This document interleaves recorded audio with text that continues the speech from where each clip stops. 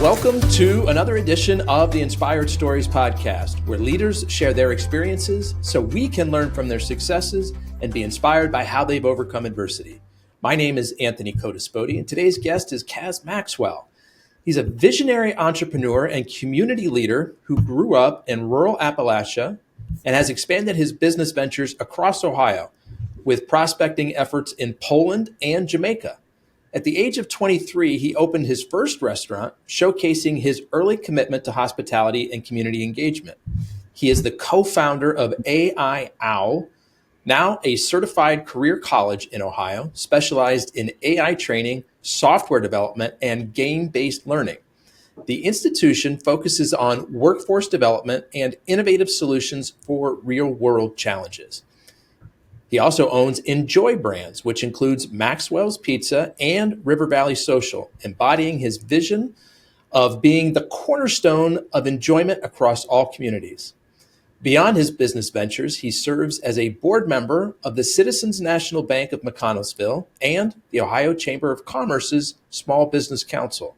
He has served on multiple community boards and is a passionate storyteller and photographer, sharing human experiences and untold stories through his YouTube channel, The Rest of the Story. Before we get into the good stuff, today's episode is brought to you by my company, Add Back Benefits Agency, where we offer very specific and unique employee benefits that are both great for your team and fiscally optimized for your bottom line. One recent client was able to add over $900 per employee per year in extra cash flow by implementing one of our proprietary programs. Results vary for each company, and some organizations may not be eligible. To find out if your company qualifies, contact us today at addbackbenefitsagency.com. Now back to our guest today, the co-founder of Maxwell's Pizza, among many other ventures. Cas, I appreciate you making the time to share your story today. Thanks for having me on the show, Anthony. So, Cas, you have a variety of different business interests. Maybe let's go through them chronologically. Which one did you start first, and how did the idea come about? So the first one would have been Maxwell's Pizza. That was opened in 2016, going on 9 years now here in just a couple months. So that started, I didn't think I wanted to be an entrepreneur when I was in college. I always did at a young age. I've got several different businesses that we started, from snow shoveling to lawn care to, at one point, me and my buddy, like in third grade, were taking large erasers, drawing designs and stamping them on people like tattoos and charging 25 cents for those. So I didn't really realize that I had that in me until I kind of got out of college, and I realized, okay, this is something that has been in me. I've been around it a lot of my life as well. My parents have a sporting goods store that they opened when I was in freshman in high school. So I kind of been around it, been in it. Then when I got out, there was this opportunity with a lot in Zanesville, Ohio. I decided to get that. My parents helped me get that loan to secure the building and start working on renovations. I was 23 at that time. Only experience I had in a restaurant was working at Buffalo Wild Wings as a server, so not very much experience. Needless to say, it was a mess opening up. We had a lot of School of Hard Knocks there. Before we opened, I brought on two of my friends from college, Paul and Steve, who are still my business partners to this day. And so we divvied up and said, hey, you're in charge of this. I'm in charge of that. You're in charge of this, and got the doors open. And yeah, it was a hit. We were super busy. Like I said, had to learn through the School of Hard Knocks on how to make a menu, how to run a staff, how to train managers. And then from there, we opened up a couple more pizza shops, one being kind of our flagship location, which is in McConnellsville, Ohio. It has rooftop patio, seats about 100, 150 people, just a full dining experience, full menu. And then most recently, it was River Valley Social, it was an old bowling alley we bought, completely gutted it, renovated it. It was your typical crusty bowling alley, as you can imagine. And we turned it more into a family event center, added, virtual golf, a different food concept, a bar, darts. We're adding an arcade right now, should be in the next 2 months. And Yeah, and then came AI Al after that, which is that's a whole other story. I'm sure we'll get into Yeah, in a little bit. we've got a few things to unpack on Yeah, the pizza stuff here yeah. before we get into that, which I'm excited to dive into. Hmm. So, right out of college, your parents help you get a loan to buy a vacant lot. Hmm. But what was the inspiration behind starting specifically a pizza place to start with? Was your family in that business? Did you grow up around that? I know you said BW3s was kind of your only related Hmm. work experience prior. I think it was twofold. So food has always been a passion of mine. Before in college, that was always kind of my secondary thing I wanted to do was culinary arts. I never pursued it just because it didn't, I guess, call to me as hard as political science did. I know that sounds completely random, but so I've always had a passion for cooking. I grew up, alongside my mom in the kitchen, and she'll vouch for me. I was cooking family dinners in like sixth grade. So I've always loved the kitchen, always loved food and the creation around it. And then as far as the concept, I think that probably spawned from my dad growing up worked at a drive-through, basically, selling beer, alcohol, and then also they had a pizza as well to where they made pizza. And so I think that kind of came, that was always in the back of the mind. And then as, I got out of college, started looking at different types of restaurants and what's going to work well. Pizza, being 23, pizza just sounded like, who doesn't love pizza? And so I think having that little bit of memory in the back of my mind, and then also loving pizza and knowing that thought it was an easy business. How about that? I thought it was. It's not an easy business. I'll tell you that right now. So I think that's kind of what culminated to me choosing that avenue. So you didn't really know how to open a restaurant, Hmm. but somehow you got it open. Were Yeah, there mentors or other people that you could kind of lean on as you were going through those early steps? definitely. Yeah. I tried to surround myself with as many people that knew more than I did. I was very aware of the fact that I knew nothing and that I needed to learn and absorb, still like that to this day, anytime I can learn off somebody. So, yeah, I mean, I surrounded myself with other restaurateurs that I tried to network with. Our current food provider at that time, I linked up a lot with them, with their in-house chefs to help design the menu, design the dough. And yeah, really just tried to surround myself with supporting people that are going to at least guide me a little bit on how we can make this work. But at the end of the day, the cards fall when the door opens for the first time. So nobody can prepare you for that. I can tell you that. So you said that did I hear you correctly that it was kind of a hit right away? Like you guys were busy from the get-go? Yeah, definitely. So where we opened up in Zanesville, it's in South Zanesville, which is a little less populated than the north side of Zanesville. So it's a very tight knit community. And so when something happens, everybody knows about it. So Okay. it's not like opening up in the middle of Columbus where you have to have this gigantic PR push. It's when you open up in South Zanesville, everybody knows. So everybody wants to try it, and you got to be on your, kind of your best behavior when you have those doors open. So yeah, I mean, when we opened the doors, it was, I think everybody in a 10-mile radius ordered a pizza in the first 2 days. Wow. So it was crazy. It was a fun nightmare. How's that? That was, yeah, You jumped right into the deep end right that's right. away. That's right. So was the pizza delicious from the start, or did you guys kind of make some missteps and have to tweak it along the way?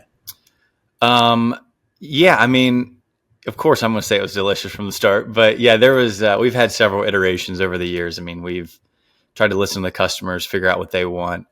We've redone our dough a couple times. I have a lady that currently still to this day does our dough in the mornings, and she's actually perfected the recipe. So she took our original recipe and was like, "Hey, Cassie, I'm going to do this, that." And we did some testing. And so she's, like, in my opinion, perfected it. And so, yeah, there's been several iterations. We've messed with the sauce a little bit, changed up cheeses before. Everybody is very particular about their pizza. Everybody goes to the same spot every week, every month. They order from their favorite spot, and they usually don't mix it up. So it's a hard industry to drive a wedge into a family and say, "Hey, you should try here," instead of ordering at the place you've ordered for 20 years. So, But it sounds like you guys you sort of had a hook right from the beginning because you were new in this small town, and so everybody tried you. What in those first 2 days, as you pointed out, what was the repeat business like? So we definitely started at the highest highs. Like I said, everybody tried. And then from there, it kind of, to me, it's like working in these smaller towns. What we've seen is you start at the peak, you start at the busiest you're going to be, and then it kind of, you get to where you're going, and then you start to increase again. Versus in the city, it seems like you start down here and you're working your way up. It's like completely opposite in these rural communities because everybody knows you're the new guy in town. But yeah, I mean, repeat business, I mean, it was great. We had a lot of people loyal to us. We worked really hard on being the kind of a community beacon and just investing, all of our extra money into whether it was Maysville High School, the sports, feeding the teams, whether it was breast cancer awareness, fundraisers, giving this guy, $100 for his aunt's funeral, like whatever that was, we to this day, very rarely say no to a fundraiser or sponsorship. And so I think that's what really made us successful, was just being a part of the community. Interesting. The last one you threw out there was kind of an interesting one, $100 for somebody's aunt's funeral. Sure. Is this like an employee? This is just like somebody from the community? Just the community. And I think if you're a retail business owner and you have a storefront, not even retail, just anybody who has a brick and mortar, I think they'll resonate with the amount of people that you have come through on a daily, weekly basis with flyers saying, hey, my, mom, my uncle, whoever passed away, we can't afford the funeral, we're doing a fundraiser for them. Or, my son needs a surgery, we're having a fundraiser. So those happen, daily, weekly basis. And so if we can't donate cash, we always try to, hey, we can at least donate product. We can donate gift cards for like a silent auction. But that's truly in my opinion, the game changer when you're in small communities like that, is just always being there, showing up to the events, supporting the events. If there's a Big Brothers Big Sisters fundraiser, showing up to the Buckeye Pep Rally, whatever that is, like just being there as the business, that makes all the difference in those type of communities. Let me play the cynic for just a moment. How can you measure that ROI? This is the kind of thing that I think a lot of people do out of the goodness of their own heart. Yeah. And that's wonderful. It's a great way to do it. But you talked about it being a game changer in terms of the business. How are you kind of able to connect the dots to say that drove more business? Yeah. So if you're looking for a quantifiable answer, I would say probably, everywhere we go, we try to drop, whether it's coupons, flyers, that type of stuff. So quantifiably, we can see those come through the door and be redeemed, but I don't think that's how we measure success on that. It's definitely a good of our heart thing. Of course, yeah, it's great that people are going to come in and give us business for that. But I feel like at the root, that's not why we originally did it. But I think to measure success, we see it's just word of mouth. You hear people coming in. Oh, I saw you guys at this event, or, hey, thank you for donating this or donating that. So it's very much a word of mouth. And in a small community, you'll start hearing that buzz, and you'll start hearing people ask you, hey, I know you were here. Would you be willing to do this? So it culminates into a reputation that I think if you are to pull someone off the street in those areas and say, hey, what do you think about this company? You'll hear them say, oh yeah, they do a lot for the community. I've heard they're a good place to work at, just that type of stuff. So I think that's how, I don't know, did I answer your question? Perfectly. Yeah. Mm-hmm. Thanks, Cas. Mm-hmm. You mentioned that running a pizza business is not easy. What's the hardest thing about it? The hardest thing about it, I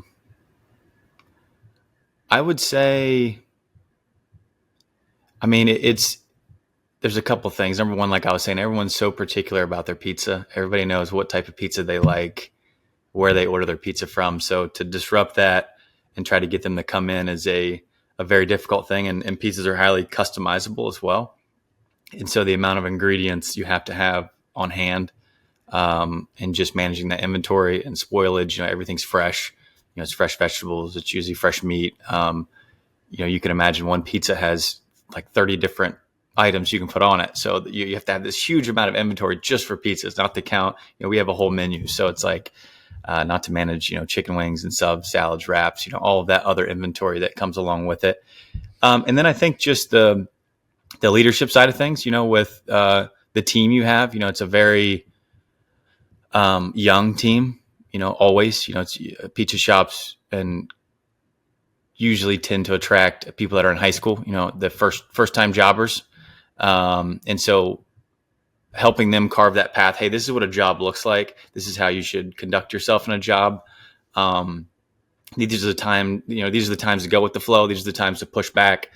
And also creating that middle management, because usually those people are, 18, 19 years old. So they're still very young, first time leadership, and so there's a lot of mistakes made, saying this or saying that. And you're like, maybe I wouldn't have said it like that. But, so I'd say those are the two biggest challenges in that industry.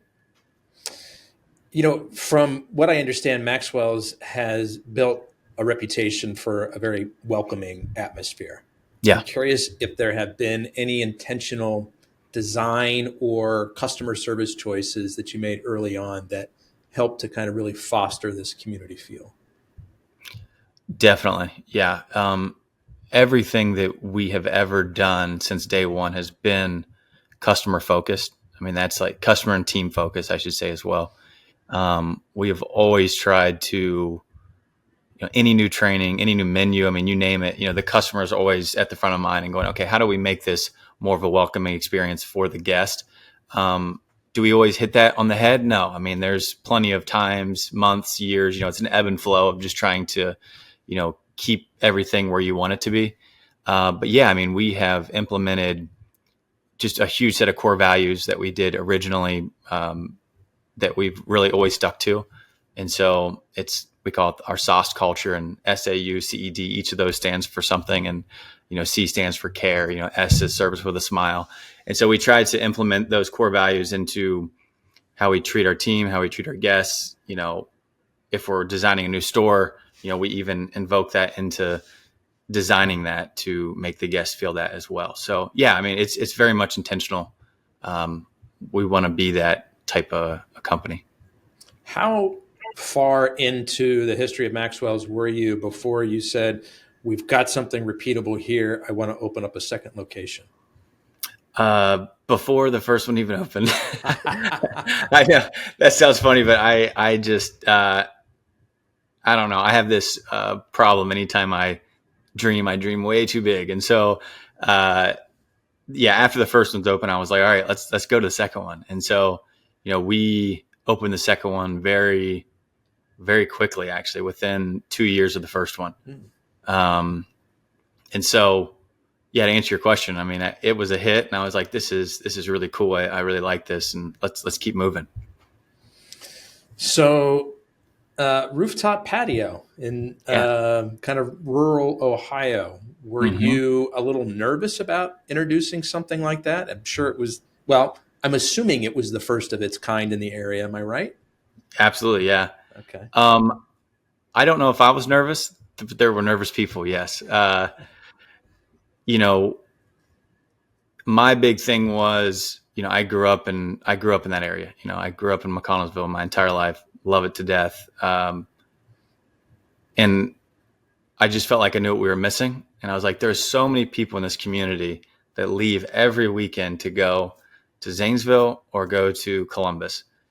Anytime they want something that's slightly elevated, they leave the county, and that money leaves the county. Because it's nothing for someone to drive to Columbus on a Friday, hour and a half drive from McConnellsville to go have a nice steak dinner. It happens every weekend. So the building that I remodeled, I had saw it, and it was a old tire shop originally. Been vacant for years, and it was just totally decrepit. And I called the gentleman who owned it, and I was like, hey, can I buy this? And he's like, well, if you buy this and this house, and he gave me like this sweet killer deal. And we built that up, and it immediately took off. People loved the fact that you could get that city experience, but in this country atmosphere.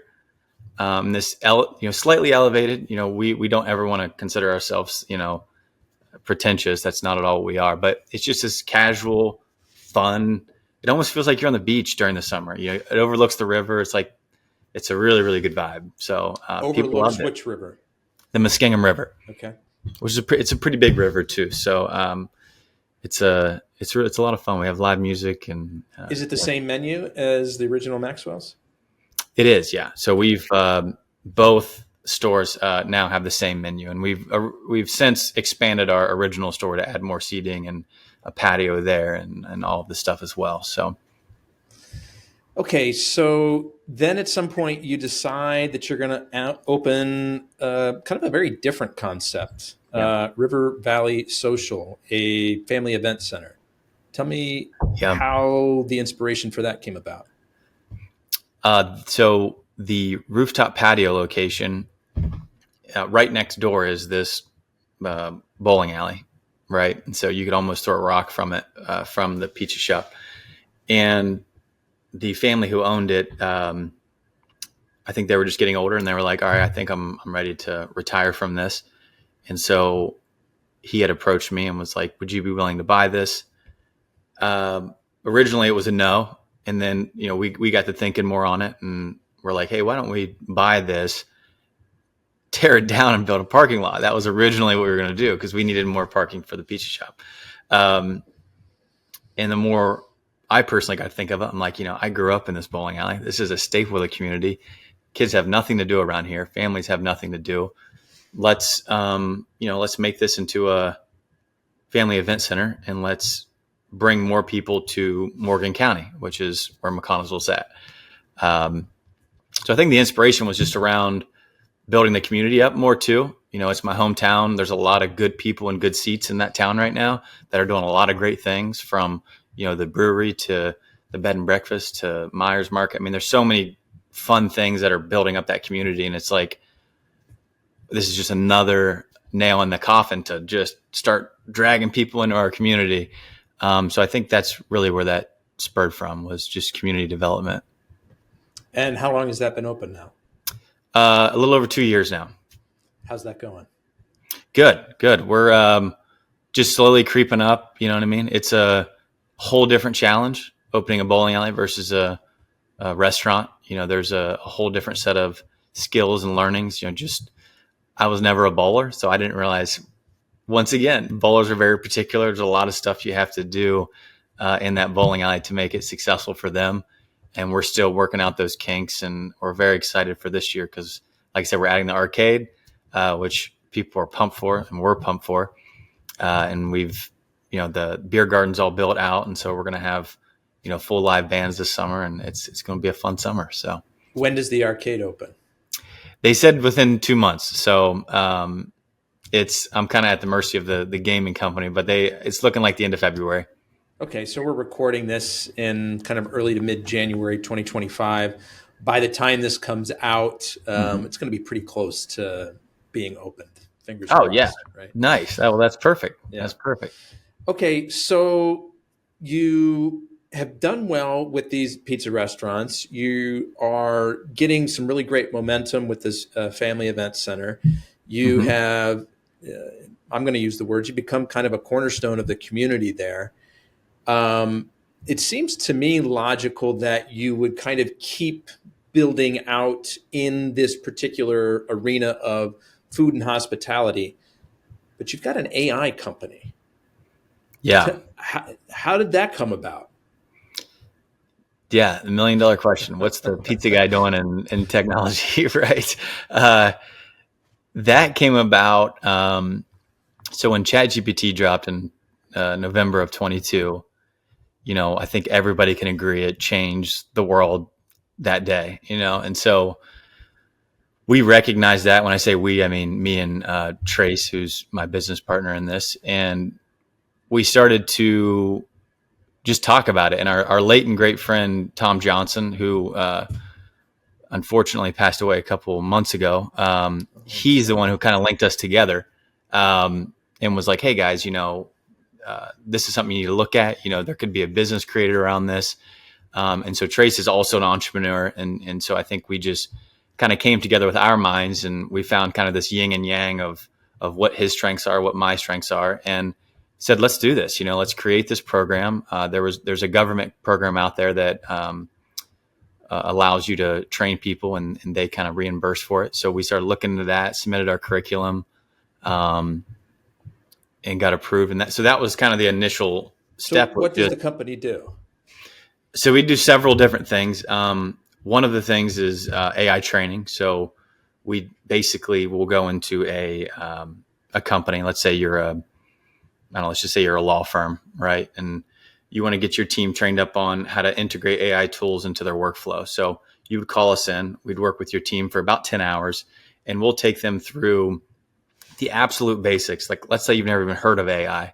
We're going to take you through demystifying it, opening your laptop. What are these tools? Where are they even located? Number one. And then we go all the way through actually getting you interacted with those tools, creating custom products through something as simple as Chat GPT, custom GPTs, or all the way up into an actual developed AI product, depending on how far you want to take it. And like I said, that usually lasts 10 hours. And then we end the class with a 2-hour capstone to where they're actually creating a work solution, and they work on it for 2 weeks and then bring it back to us and go, hey guys, look what I created. And we help them critique and analyze how they can best get efficiency out of AI. So that's one arm. The other arm is software development. So we've developed 2 products so far.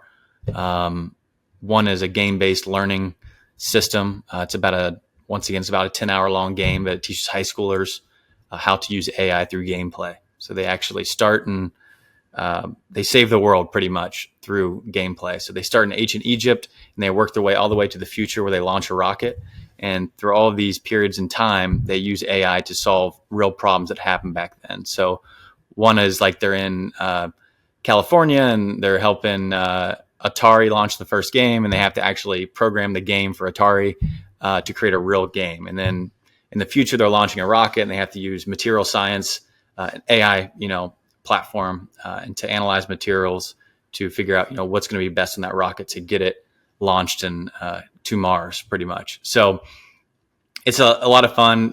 Another product is Flash AI, and it's a investigator's assistant. So if you're a detective and you're spending hours upon hours analyzing body cam footage and interrogation footage, jail phone calls, this is a all-in-one platform that digests all that information. You can then ask the data questions. So, what was the psychoanalysis of the person? What are they? Give me the timeline of events. Did they contradict themselves at all from the body cam to the interrogation? It'll actually give you a synopsis, timestamp it, create reports for you. I mean, it's an amazing software that takes police work from basically hours to minutes. And we're, like I said, we're a career college now, so we're jumping into some K-12 post-secondary education and some also working with higher ed. So, okay, lots to unpack here.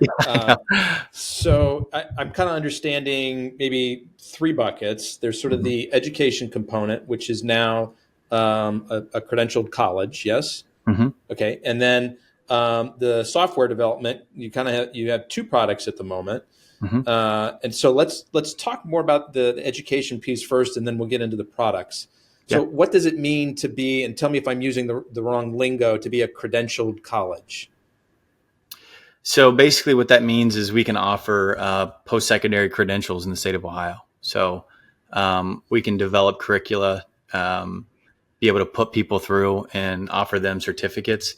We're working on getting CCP certified as well, to where we can College Credit Plus, to where we can work with high school students, get them, college accredited classes that will then transfer to their university of choice, whether that's OSU or, Kent State. I'm saying that because I'm a Kent State grad. But we're working on that right now. We're at the complete infancy of that. We just got approved as a career college about 2 months ago. So we're very much at the infancy, but it seems like a good road to be on. Was that a difficult process to go through? Yeah. I mean, we had to go through director training, had to get approved and pass all of those tests to run a college and learn all of the nuances and laws around, how you advertise yourself, how you enroll students, how, administrations are treated, like all of this stuff. And then we had to go through a curriculum process where we submitted our current curriculum, and then several board reviews, and then, eventually interviews and approval. So it was probably a 6-month process, I would say. So you guys were and still are, I presume, providing AI education to individuals and in corporate environments. People are like, hey, I'm hearing about AI all over the place. I don't have any idea what it is. I need to wrap my head around it. And so you guys have been providing that training. Mm-hmm. What was kind of the inspiration for still staying in the education space, but kind of branching off into wanting to be a credentialed college? What was the opportunity that you spotted there? So like I said, we work a lot in the K-12 space. That's a huge part of our company right now. And so I think we just saw an opportunity to be the first AI college in the nation. And as far as we know, and Intel's one of our partners, and we talk with them every week. And as far as they know too, we're the only one. There's some colleges buried offering the lead. That's pretty right. cool. Yeah, the and first that's AI college in the country. Okay, that's right, and we're staking our claim on that as well. And so, there's colleges having some AI classes, but our college is solely focused on AI. I mean, we do no other curriculum but AI. So we call it the Owl Academy, and we're setting up our first one right now at Hawking College. We're enrolling 10 students through this AI, academy, and yeah, I mean, we'll see how it goes. It's going to be, we think it's going to be great. I mean, we have some great projects laid out, and it's fun. So is the idea that somebody would actually get some kind of a diploma from Owl AI, or is it that they would get sort of a base of courses that would give them a certificate of completion, or more that, hey, you've got some credits here and now you can transfer those to Kent State or wherever? Right. Yeah. So the latter is kind of where we are now. So these students are going to come out with basically a certificate, number one, and that certificate's going to be, or I should say a certification rather, and it's going to be in basically AI literacy, AI coding, no code programming, all of that stuff.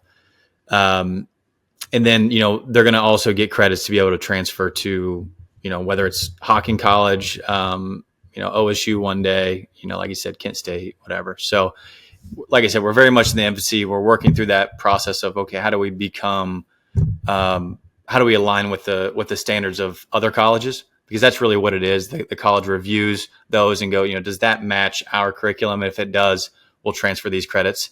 And that's usually a conversation you have to have with the college to make sure that your standards are aligning with their standards. And so we're going through that process right now. So hopefully one day, all of our classes will be accredited and you can transfer them anywhere in Ohio. And just, build on that foundation. Does that mean having individual conversations with each of the universities and colleges in the state? Yeah, that's what kind of what we're understanding is making sure, because the worst thing that happen is a student goes through and then, OSU looks at it and goes, no, we're not going to accept these. That's not very good for us. So yeah, we're going to have a lot of internal conversations with at least the big guys. Because from what we've heard is if the big guys accept it, then probably everybody else will too. So I think they're kind of potentially paving that way. I don't want to speak for the colleges because I'm not sure, but yeah. Does it have to align with a course that they're already offering? Like years ago, I spent a year in college studying abroad. And there was this whole back and forth process of okay, I'm taking these management courses. Does this course description sound very similar or the same to another course at Ohio State so that my credits could transfer back? Is it the same kind of thing here? Yes, that's what I'm learning. I don't want to say definitively, but that from what I've learned so far, yes, I think that's how that works is you basically they need to find a class that it aligns with and that will be in kind of replacement of that class. You see what I'm saying? Mm-hmm. But the problem right now is it's a very much chicken or the egg, because this AI is so new that not a lot colleges A lot don't of have colleges this probably built don't out have the yet. courses. Right. Yeah. So it's kind of a blessing and a curse. It's a blessing because we're really paving the way, but it's a curse because when you talk to people about AI, they're like, well, we don't even have that. We don't even have policy for that yet. Is there a path or a need for you guys to license your curriculum to other colleges and universities? They say like, yeah, we think this Yeah. is a thing, but we don't know where to get started with it. I think so. I mean, that's a rock we've definitely flipped, and we're trying to move into as well, is kind of curriculum development and licensing. That's originally where we started the company, was with that thought. And so it's definitely something that we want to continue to have conversations with. But nothing's been locked down in concrete yet with that. So then on the software development side, are you guys developing software for other folks, or are you developing your own ideas for commercialization? It's our own ideas. Yeah. Okay. Yeah. So these have all been kind of spawned internally. So the first one that you mentioned is a gameplay situation that teaches high schoolers how to use AI by kind of weaving through some historical events. Mm-hmm. How is this being used today? So right now it's went through about 100 students so far. And we're basically using it's called IMAP. It's an individual micro credential program. It's through the state. And so these students, go through the class, and then after they finish, they get a micro credential from us through the state of Ohio that basically says they're AI ready, and that certification is backed by Intel as well. It comes with the Intel industry certificate. And so that's kind of how we're utilizing it now. I think in the future, we'd like to weave that into maybe like summer camps, or potentially, getting it into a school as a part of a curriculum. Is the future for Jumper, I guess. And fun fact too, Jumper was developed by high schoolers.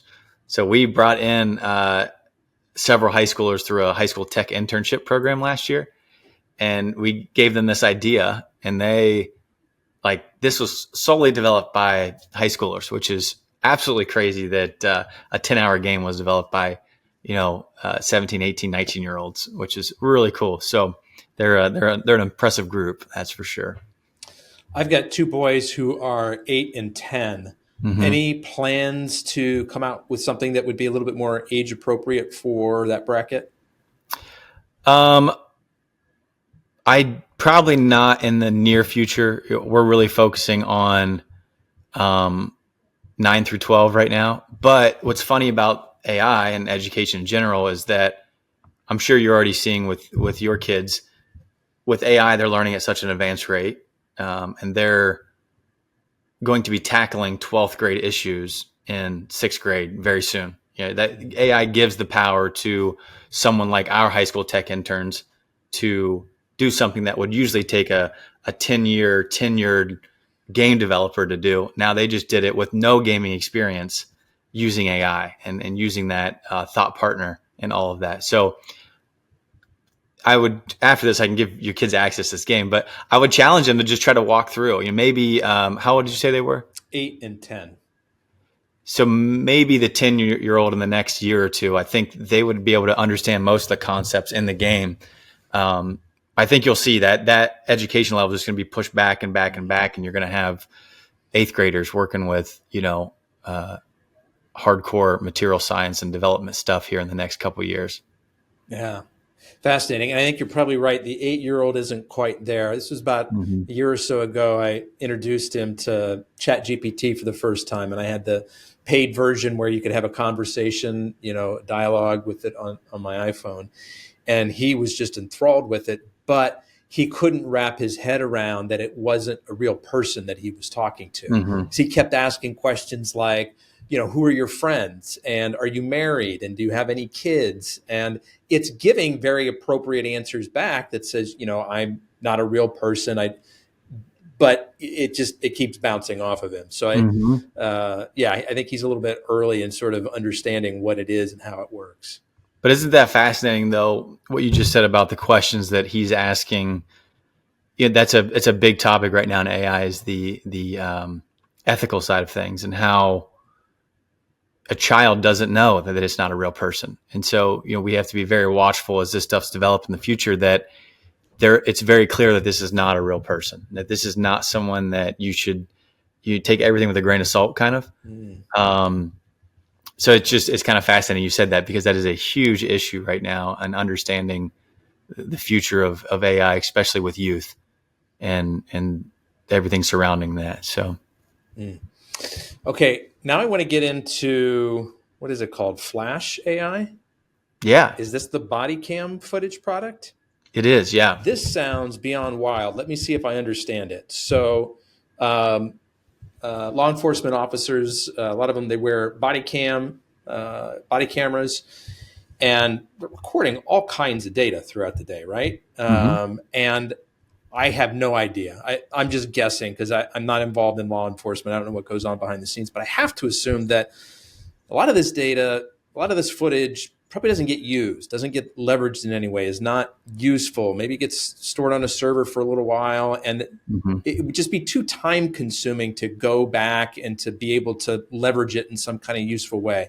Yeah. What I think I understand that you guys are doing is you're feeding all of that footage, video and the audio, into an AI tool that analyzes that and can be, I don't know, like another law enforcement advisor. You can Mm-hmm. ask questions to it and say, "Hey, what happened in this particular incident? Are there training opportunities available to where the officer maybe could have done something a little bit differently?"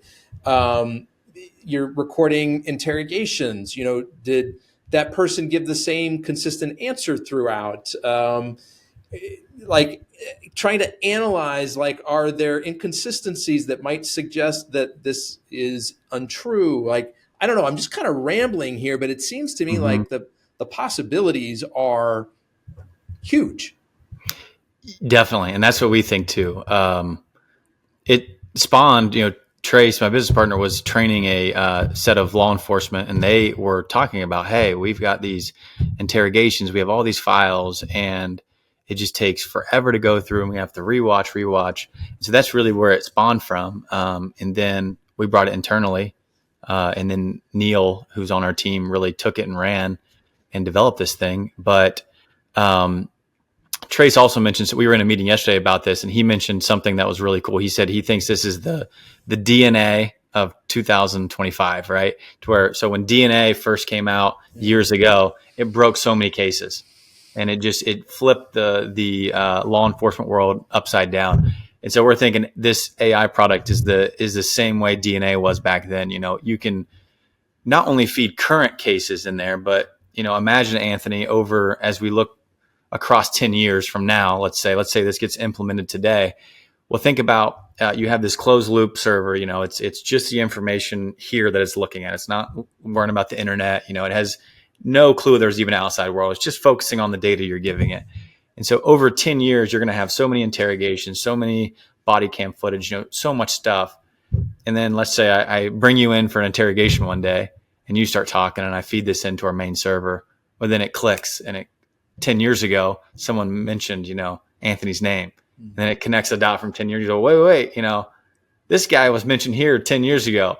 And so, you've got this, it can scan this massive amount of footage and connect dots that we would not be able to connect.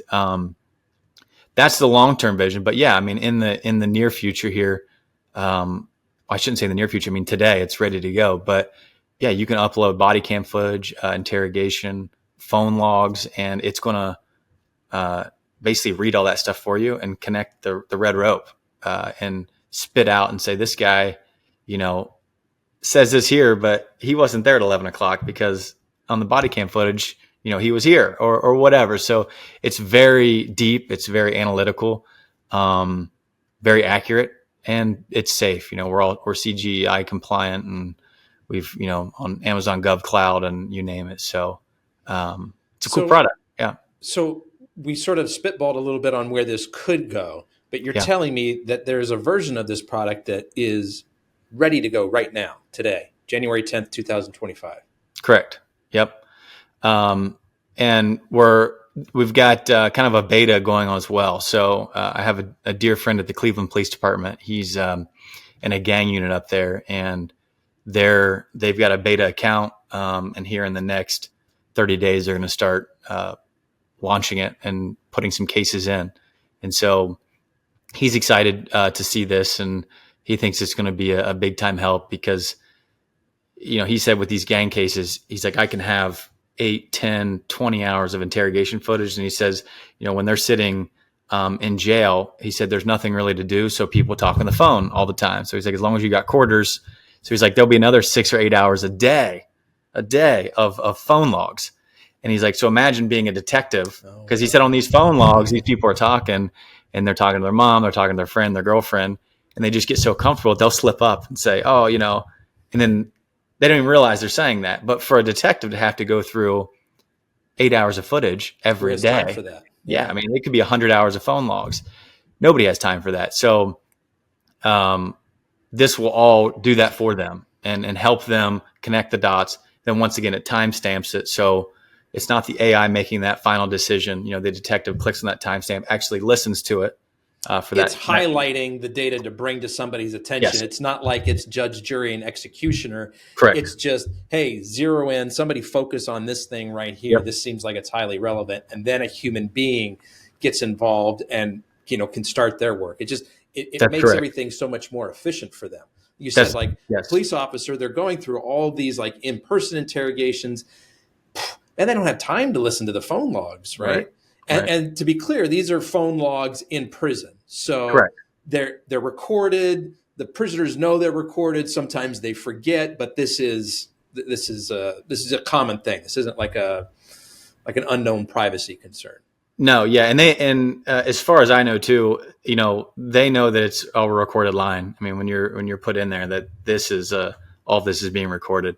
And then also, if they get a subpoena to seize like cell phones, it can also analyze text as well. So you can upload the phone's text messages, and it can scan through that. And, so you can just imagine how many days, weeks, months it takes to go through all of this information for a detective. And not to mention, police forces are as short staffed as they've ever been. And so, yeah, we're really hoping it's going to make things more efficient and help those guys get home quicker to their families eventually.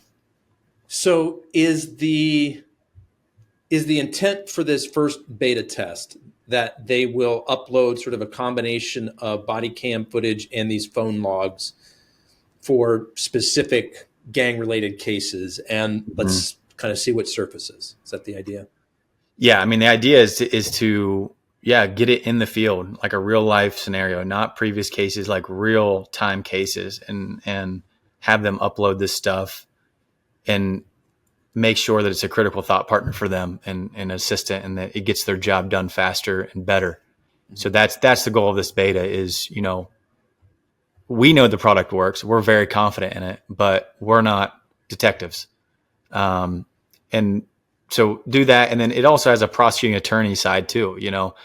Once the police officers get all of their stuff, they hand it to the prosecuting attorney. Well, they then got to do the same thing and make sure everything's accurate, make sure that they can, sway a jury or sway a judge. And so there's a prosecuting attorney aspect too, where they can then go to them, they can type in questions, and verify all of the stuff the detective hands over.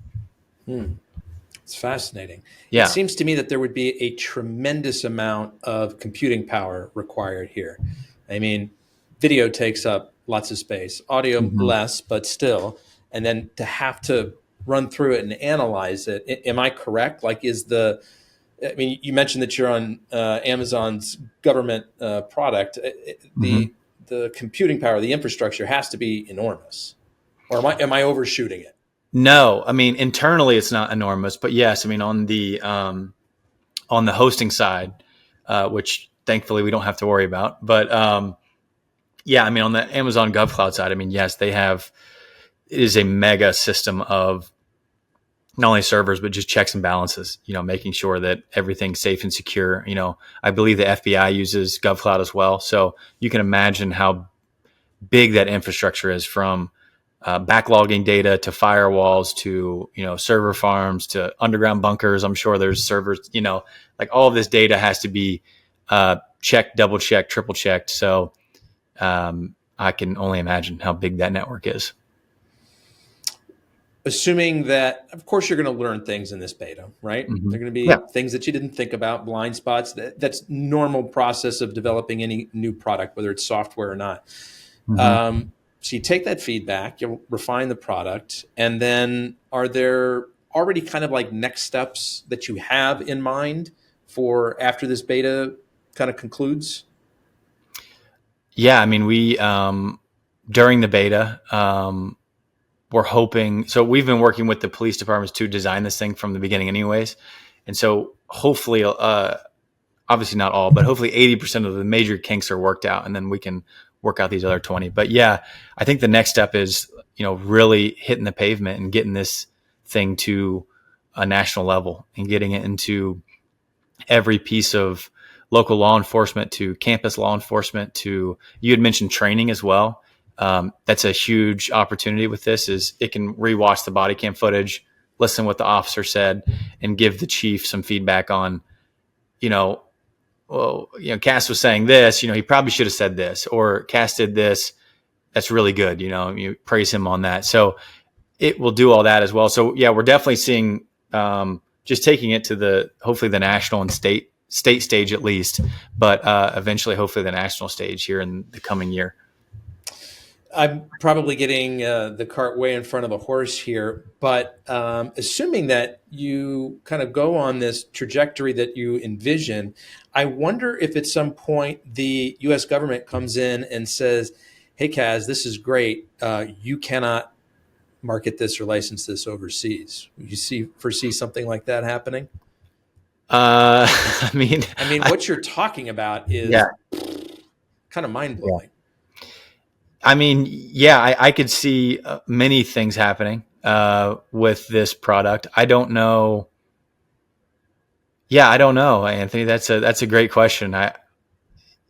I'm assuming they can do that, right? I don't know. Is that legal, to stop a business? I don't know. But I would say that if you get to that point, that you have been doing something really well, and that you've got a lot of great forward momentum here in the States. Probably have bigger problems than that. But I mean, the goal, hopefully we grow it, and someone looks at acquisition one day. I mean, I think that's a big goal of ours, hopefully. So what growth plans do you have for the hospitality restaurant space that you're in? Yeah. So we're going through a path of basically restructuring and figuring out, who do we want to be when we grow up again? We kind of did that once, and now we're doing it again. So I think what we're looking at now is we're going to be very picky about our next spot. We want to make sure that the location to us is everything, and not location as far as foot traffic, but actually, is it overlooking a water source? Can we put a rooftop patio? Like a very unique, specific location and building it takes.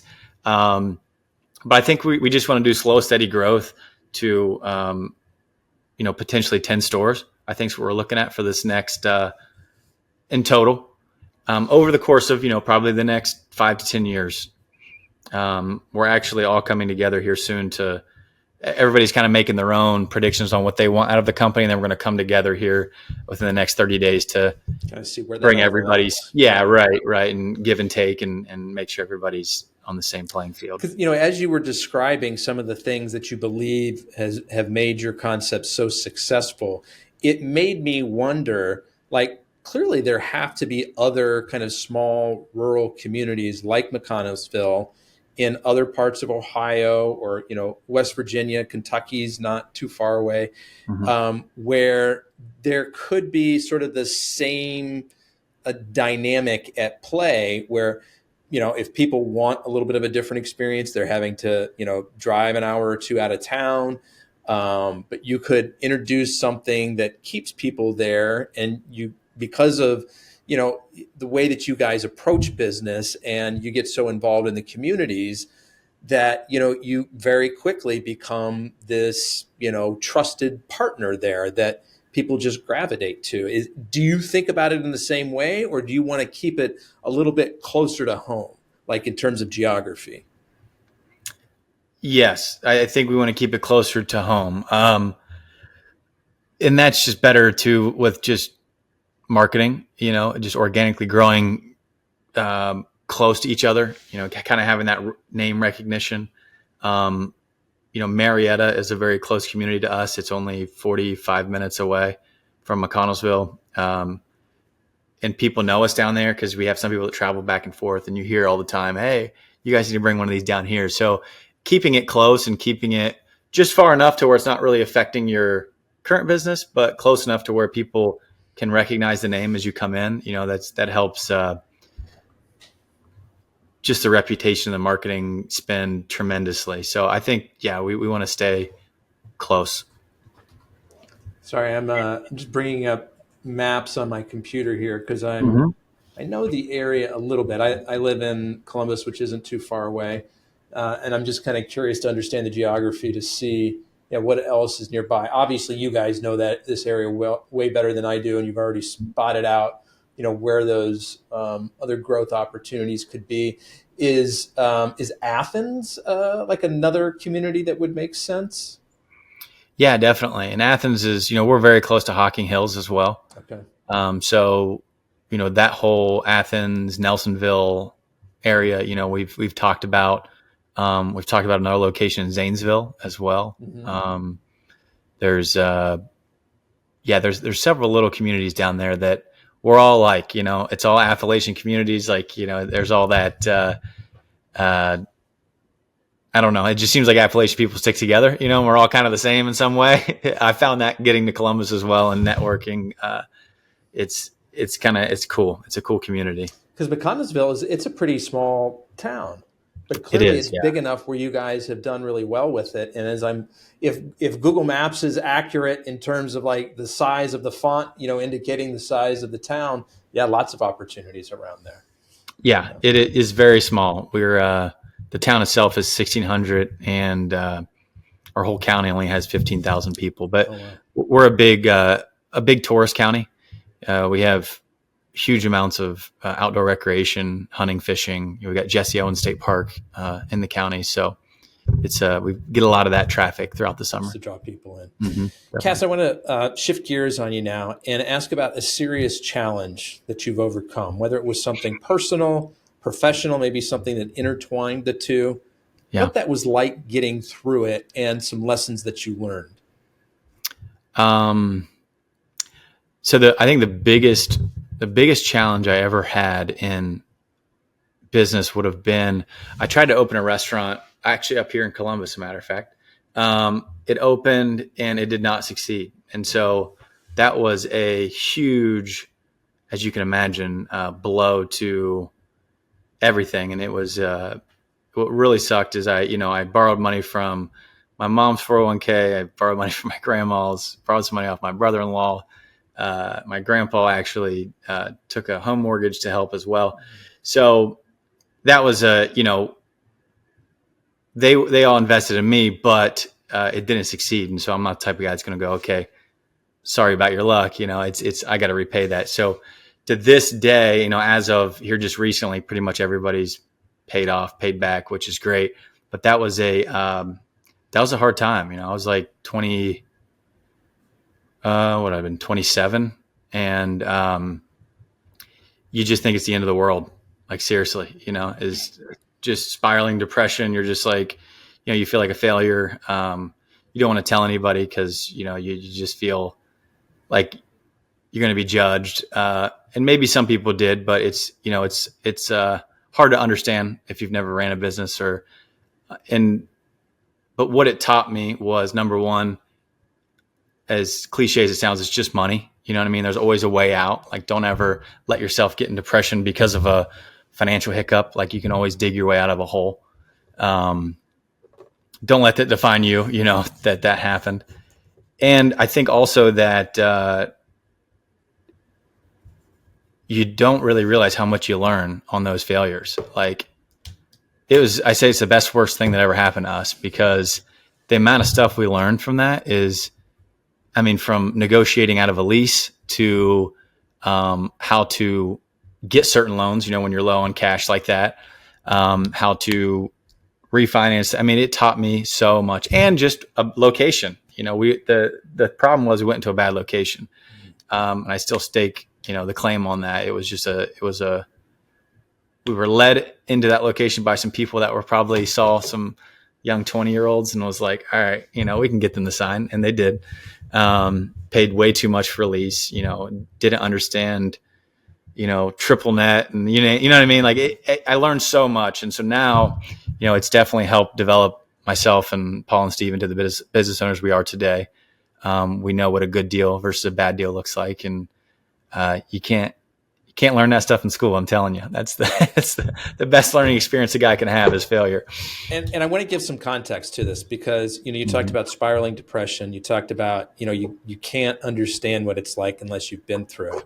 And that's right. Like, for folks who haven't been in a position where they've started a business that hasn't worked out, because I've been in this situation before. I've had some successes. I've had some failures too. And it is not an overt exaggeration to say that it feels like a death. Yeah. Like, it feels like the death of a person.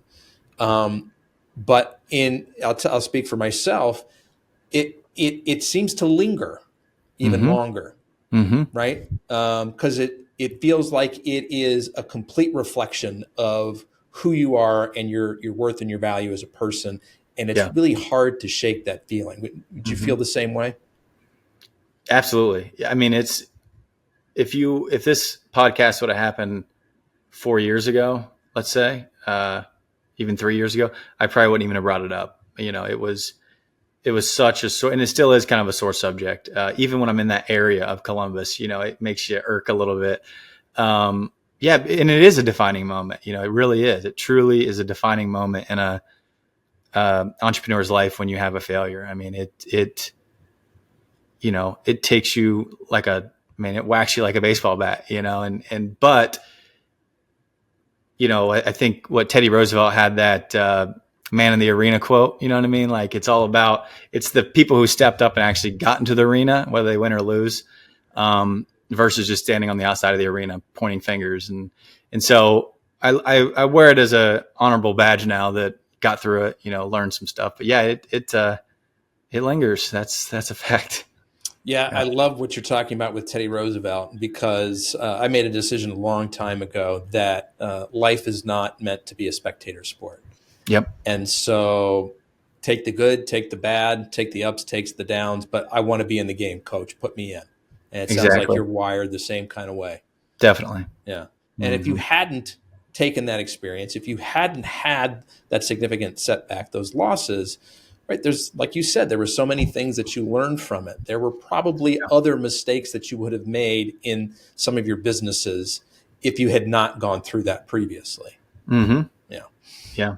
And so when you were going through those struggles, realizing that you're going to have to close this down, and then closing it down, and then having to live through the aftermath, what were some of the things that got you through those difficult times? What was your support network, your coping mechanisms like? Yeah. Well, I mean, definitely my parents. I mean, they're a huge, they're just a huge supporter of everything, and so, I mean, talking with them just, and everybody, I think the biggest thing was the fact that I borrowed money off people and I failed with their money. That if it had been my money, it'd probably be a little different. But the fact that I used somebody else's money, that's what really hit me hard. And so I think talking to all those people and just assuring them, hey, it may not be tomorrow, but in the next 5-10 years, I will get you paid back. Like, that's my, I am going to get you paid back.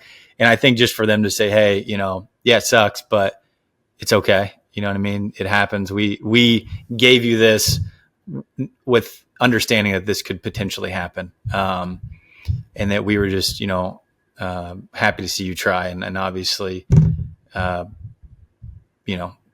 happy to hear we're going to get our money back too, So I think that support network helped. And my dad as well. I love my dad to death, but he's not, he's your typical daddy. We don't really have a lot of heart to heart things. As he gets older, we're having more, but, we had some heart to hearts, and he said, they can't eat you, son, which I don't even know what that means, but he always just said they can't eat you. And basically, like, they can't take who you are. Like, the bank can foreclose, they can take everything from you, your other businesses, you can whatever, but they can't, you're still you, and you can always get out of it, and you can always, make yourself another day. You know what I mean? So, yeah. No, that's great. They can't eat you. Yeah. I get what he means. Yeah. Yep. Just in exactly the way that you explained it there. Yeah.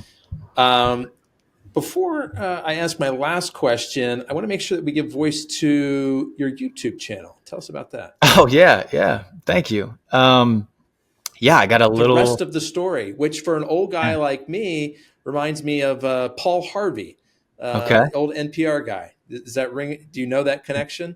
No. Did he have a show that was named that? On NPR. I don't remember if that was the name of his show, but at the end of it, he would always say, "And now you know the rest of the story." And there you go. I'll have to look that up. But tell me what your YouTube channel is about. It's just a passion project. But I have always loved traveling. I've always loved culture. I grew up, like I said, in rural Appalachia, never made it to the city, never got out of the county growing up really, except for like Myrtle Beach vacations.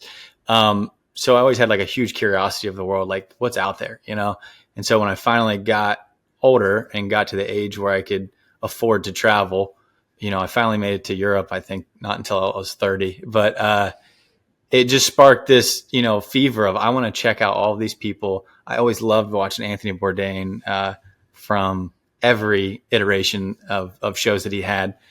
And I was like, I want to be that guy. I want to understand people on a different level, from all around the world, because at the end of the day, we're all the same in some way, shape, or form. And so that's what I kind of set out to do with this. Was I took a camera. It's in my opinion, well produced for a kid that doesn't know anything about editing. I take it very seriously, and I bought nice cameras and mics, and I interview people. I travel and try to bring the unique parts of the world to your desktop. Places that people wouldn't usually travel. I'm not going to Paris, France, and interviewing someone from the Eiffel Tower. Like, that's not what this is about. It's about more off the beaten path. Yeah, nitty gritty. Putting myself in situations that people are watching going, I would never do that. You know what I mean? Yeah. So, yeah, you're truly channeling your inner Anthony Bourdain. It sounds like. Yeah, that's my game plan. Sell the businesses one day, and then just travel and make travel vlogs. All right, Cas, I've got one more question for you, but before I ask it, I want to do two things. First of all, for everybody listening today, I know that you love today's content. Cas has been awesome. So please hit the like, share, subscribe button on your favorite podcast app. Cas, I also want to let people know the best way to get in touch with you. If they just want to meet you as a person, or they're curious about some of the different business ventures you've got going on, what would that be? The best way, you can obviously find me on LinkedIn. I'm on there, just Cas Maxwell, CAS. You can email me. I've got two different emails, either Cas at Maxwell's Pizza, that's Maxwell's with an S, .com, or Cas at AIOWL, AIOWL .org. So either one of those, you can, I'm on Instagram too, YouTube, whatever. You can hit me up, and I'll definitely respond back. So great. So last question for you, Cas. Mm-hmm. I generally ask this question of people who are sort of focused on a particular industry, and asking, what you see are kind of the big changes coming in the next couple of years, with you kind of having, your hands in a few different things. Maybe just pick one of them and tell me what you think kind of the changes that are coming to that space are going to look like in the next couple of years. That's a great question. Both of the industries I'm in are definitely going to be changing. I'm probably going to pick the AI side just because of its disruption right now. The changing thing that I think is going to happen is, AI is not going to take your job, but somebody who knows how to use AI is. AI is not going to replace humans in the next several years. but that is going to streamline, and it's going to take a set of knowledge. Like, people are really going to have to push themselves to keep up. And the people that don't do that are really going to suffer from it, which is unfortunate. But at the end of the day, too, it's easy. You can take classes. You can literally just go on YouTube and learn as well. So that's going to be the disruptor. And from hearing what OpenAI and Google is saying, that what we've seen so far is just a mere scratch of the surface of what we're about to see in the next 5 years of how this AI and AGI is going to start to revolutionize things. So it's, buckle up, I think. You know what I mean? Buckle up and try to stay on it. I mean, just do your best to learn and educate, because if you can integrate this stuff, it'll really change your life for sure. Yep. And remember, folks, it's not a spectator sport. So that's right. AI is not going to take your job, according to Cas, but somebody who knows how to use it will. So It's time to get involved and educate yourself about it. For sure. Well, Cas, I want to be the first one to thank you for sharing both your time and your story with us today. I really appreciate it. Thank you. I had a lot. This is my first podcast, so I had a lot of fun. I appreciate you inviting me. Absolutely. You did great. You should do more of them. Thank you. Folks, that's a wrap on another episode of the Inspired Stories podcast. Thanks for learning with us today.